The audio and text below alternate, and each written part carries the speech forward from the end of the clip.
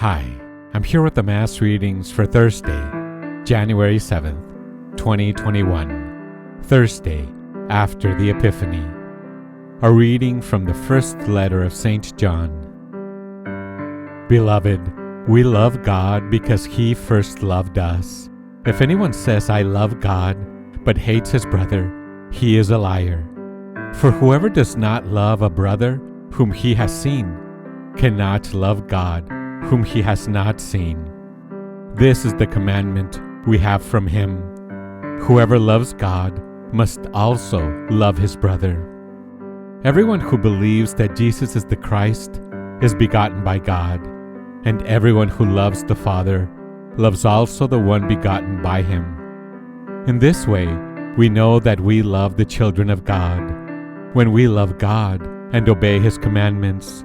For the love of God is this, that we keep His commandments, and His commandments are not burdensome. For whoever is begotten by God conquers the world, and the victory that conquers the world is our faith.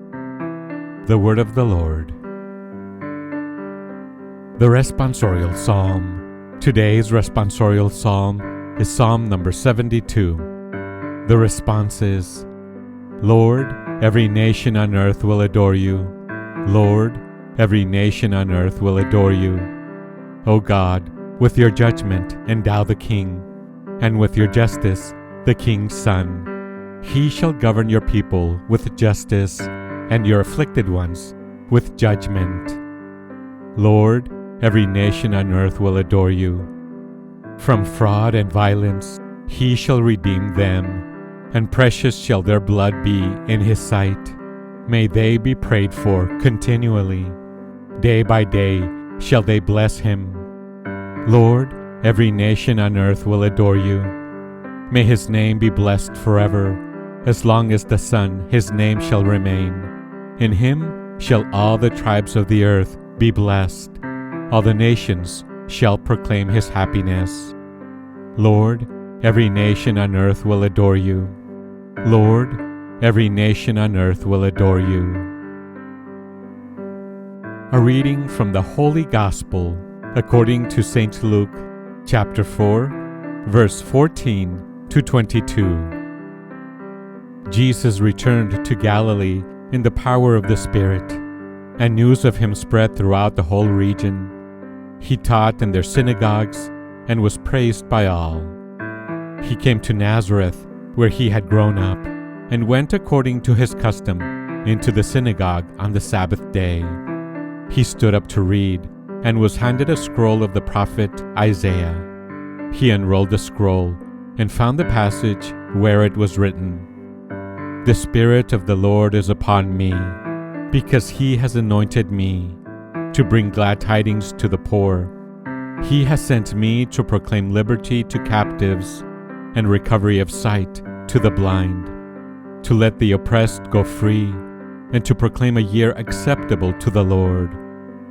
Rolling up the scroll, He handed it back to the attendant and sat down.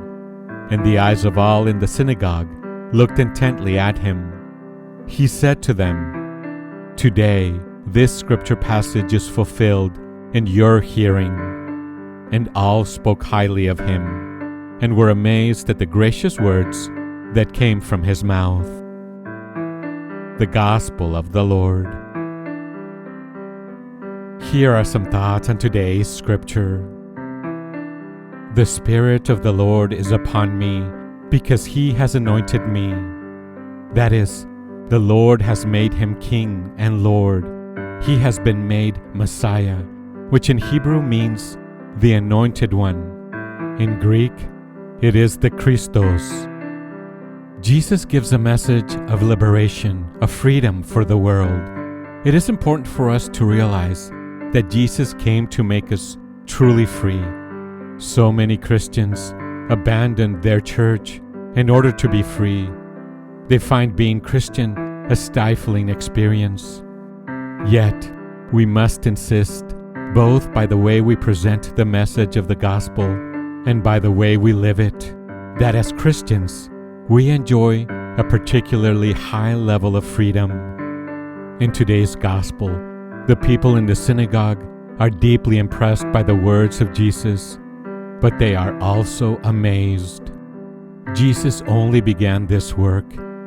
Its continuation and fulfillment depends on our cooperation with Him. We are not to hear these words only as receivers, but also as a challenge to us.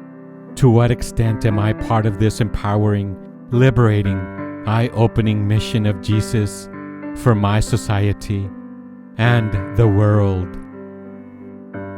Christ, have mercy on us. Thanks for listening. Have a blessed day.